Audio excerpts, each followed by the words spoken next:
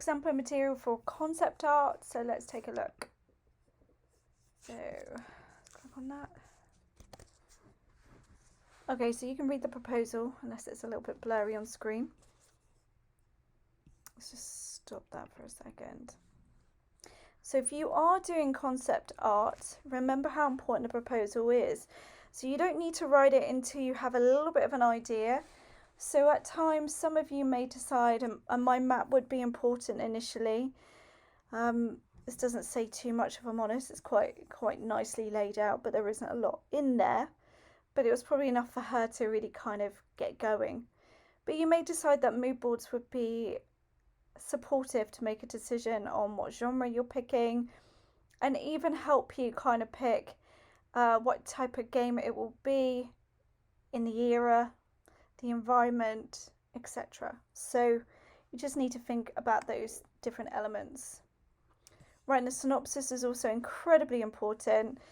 This is okay, it's adequate, but again, you could write a little bit more to really focus on what your landscape will be about. So if I said to you, close your eyes and describe it, you should be able to do that. So take your time over writing a synopsis. So you can see here the mood boards that have been collected are very useful to her, and you'll be able to notice this later on within her own work. So certainly pick styles that you feel that you are able to achieve with the software that we have, and also maybe the software that you have access to at home or on your iPad or whatever. So kind of just focusing on things there, looking at the rule of thirds at this point. So if you do photography, you'll probably taught that quite early on. But the rule of thirds is really important to distinguish different elements of a design. So it could be the rule of thirds going towards the top, it doesn't have to be from left to right, it could be from top to bottom. And to make an illustration intriguing, to have something that grabs attention, that's quite dominant and shows and provides emphasis within the illustration, helps to draw the eye and makes the design a more interesting and appealing to observe. So her theme is Asian influences. There's collections of images that she's collected here on the left. Her photo shoot, as you can see, and circling images that she's used. I think that's really important to do that. And if she hasn't done it, but her best pictures, she could have done a section on the best pictures and discuss why she's chosen them in relation to her project and how they might help her to move forward with her illustrations and her design ideas. So this is optional, you don't have to freehand draw unless you want to. This could have been done CGI. And then this is an example of how the work has been developed here using Photoshop. A really nice presentation, really clearly shows what tools that she's used and a process that she's gone through. So something you could really consider yourselves. You could also look at what's called controlpaint.com. That's an incredible website that has been created by artists and designers that work in the gaming industry, animation industry, and they're free of charge to review and learn from.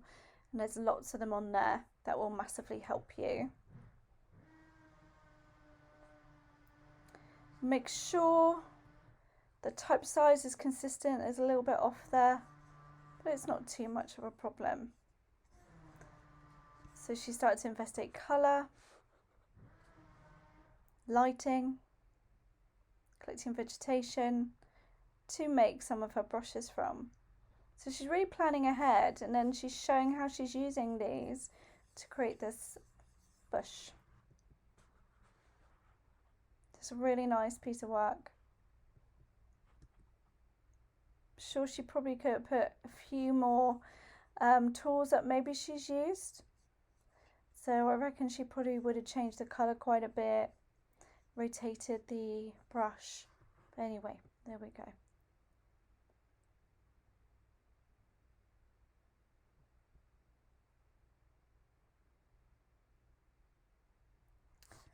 And I really do emphasize how important it is to make your own textures, record, collect photographs of textures as well. And then this is her response to it.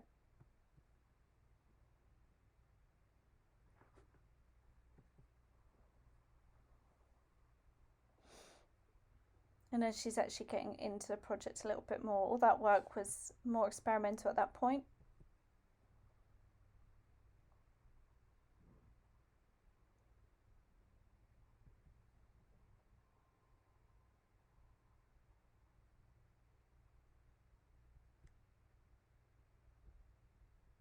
And it's really important to put how many hours it took, or you can do a time lapse.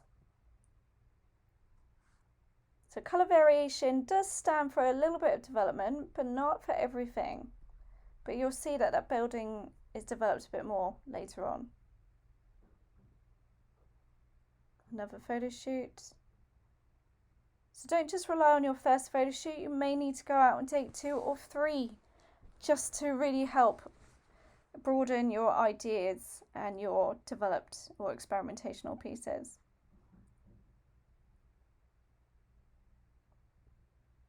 So she's focusing there on World Affairs, as you can see, looking at emphasis and focusing on the composition, where things should go. So this is part of design principles that you'll be looking at in a second year.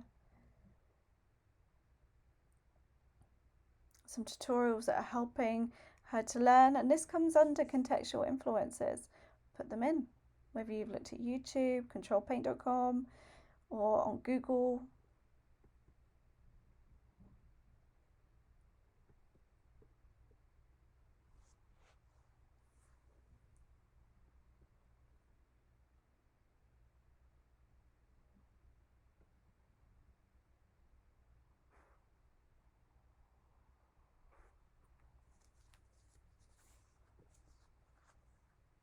So it's a really nice, fluent step-by-step of what she wants to achieve and how she's going about it.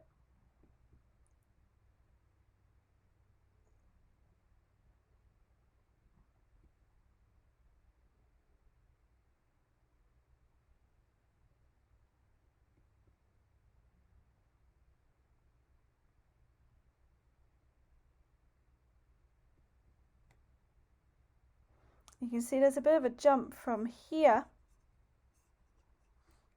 to here. So she's done a lot of work on the pagoda. She's done a lot of tonal work and probably put some brushes on there, and it looks quite aged and it really fits into landscape now. Although it's beautiful here, it doesn't quite fit in. It's a shame she hasn't shown how she's done that process, but anyway.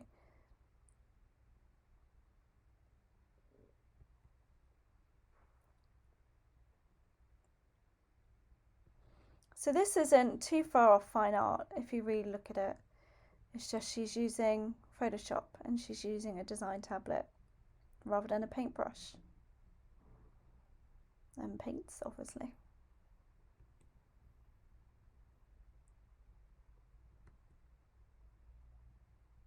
Ah, she's put it in there. There you go.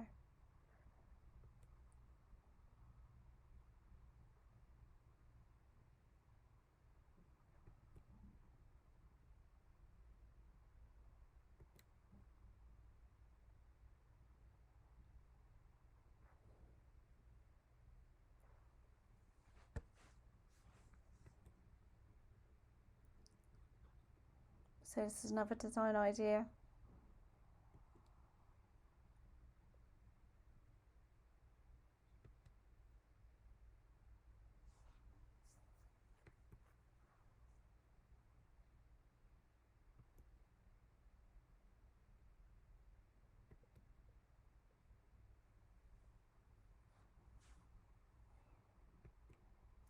Okay, so I hope that may inspire some of you with your own work. So good luck.